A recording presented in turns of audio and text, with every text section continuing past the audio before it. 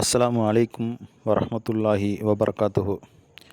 சென்னை எக்மோர் பக்கமாக நீங்கள் வந்தீங்கன்னு சொன்னால், எக்மோர் ரயில்வே ஸ்டேஷனுக்கு ஆப்போசிட்டில் இருக்கிற கென்னட் லைன் தெருவில் இருக்கக்கூடிய மலபார் முஸ்லீம் அசோசியேஷனுக்கு உட்பட்ட இந்த பள்ளிவாசலில் தொழுத அனுபவங்கள் இருந்தால் எங்களோடு நீங்கள் பகிர்ந்து கொள்ளுங்கள்.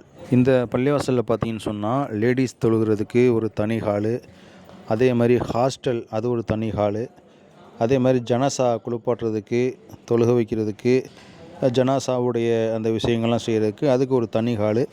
அப்படியே கொஞ்சம் வாக்கபிள் டிஸ்டன்ஸில் போனீங்கன்னு சொன்னால் பாத்ரூம், ஜென்ஸுக்கு தனி பாத்ரூம், லேடிஸுக்கு தனி பாத்ரூம். அப்படியே பள்ளிவாசலுக்குள்ளே வந்தீங்கன்னு சொன்னால், முதியவர்கள் சிரமப்படாமல் இருக்கிறதுக்காக லிஃப்ட்டு, மின் தூக்கி வசதியெல்லாம் இந்த பள்ளிவாசலில் நான் முதல் முறையாக பார்க்குறேன்.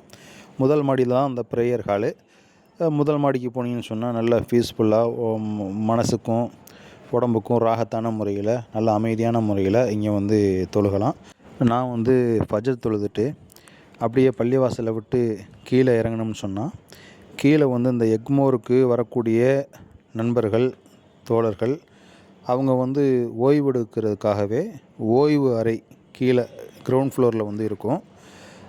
அந்த எக்மோருக்கு சப்போஸ் ஏதாவது வந்தீங்கன்னு சொன்னால், இந்த இடத்துல நீங்கள் ட்ரெயினுக்கு லேட் ஆகுது அப்படிங்கிற பட்சத்தில் இந்த பள்ளிவாசலுடைய கீழ்த்தளத்தில் அதாவது கிரவுண்ட் ஃப்ளோரில் நீங்கள் அழகான முறையில் சும்மா ஒரு குட்டி தூக்கத்தை போட்டுக்கலாம், அழகாக பீஸ்ஃபுல்லாக ரெஸ்ட் எடுத்துக்கலாம்.